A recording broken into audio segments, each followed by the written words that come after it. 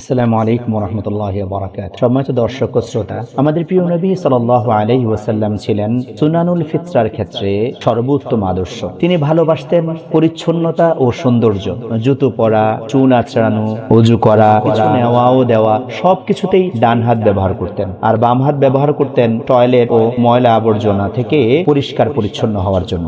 মাথা মুন্ডনের ক্ষেত্রে তার হাদিস ছিল পরিষ্কার, পুরোটা রেখে দিতেন অথবা পুরোটা মুন্ডন করতেন, কখনো অর্ধেক মুন্ডন অর্ধেক রাখা এমন কাজ করতেন না। নবী করিম সাল্লাল্লাহু আলাইহি ওয়াসাল্লাম ছিলেন মিসওয়াক প্রেমী। তিনি রোজা অবস্থায় হন বা না হন, ঘুম থেকে ওঠার পর, ওযু করার সময়, নামাজে কিংবা ঘরে প্রবেশের সময় প্রায়শই মিসওয়াক করতেন। তিনি প্রচুর সুগন্ধি ব্যবহার করতেন, সুগন্ধ ভালোবাসতেন। কেউ সুগন্ধি হাদিয়া দিলে তা কখনো ফেরত দিতেন না। চুন আঁচড়ানো ছিল তার প্রিয় সুন্নাহ। কখনো নিজেই আঁচড়াতেন, আবার কখনো তার প্রিয় স্ত্রী আম্মা জান আয়েশা রাদিয়াল্লাহু তাআলা আনহা তার চুন আঁচড়ে দিতেন। কিন্তু আজ আমরা কার জীবনকে অনুসরণ করছি? অভিনেতা, অভিনেত্রী, দুনিয়া তথাকথিত চিন্তাবিদ আর পশ্চিমা সমাজের মানুষদের? যেখানে আমাদের সামনে আছে সর্বোত্তম রোল মডেল প্রিয় নবী মুহাম্মদুর রাসূলুল্লাহ সাল্লাল্লাহু আলাইহি ওয়াসাল্লাম ও তার সাহাবীগণ। সম্মানিত দর্শক ও শ্রোতা, আসুন আজ থেকে ঠিক করি আমরা তাদের নয়, বরং নবী করিম সাল্লাল্লাহু আলাইহি ওয়াসাল্লামের জীবনকেই নিব আমাদের প্রকৃত আদর্শ হিসাবে। ব্যক্তিগত জীবনে, পারিবারিক জীবনে, সামাজিক জীবনে, রাষ্ট্রীয় জীবনে এবং আন্তর্জাতিক অঙ্গনে সব কিছুতে আমরা মুহাম্মদুর রাসূলুল্লাহ সাল্লাল্লাহু আলাইহি ওয়াসাল্লামকেই প্রকৃত আদর্শ হিসাবে গ্রহণ করব।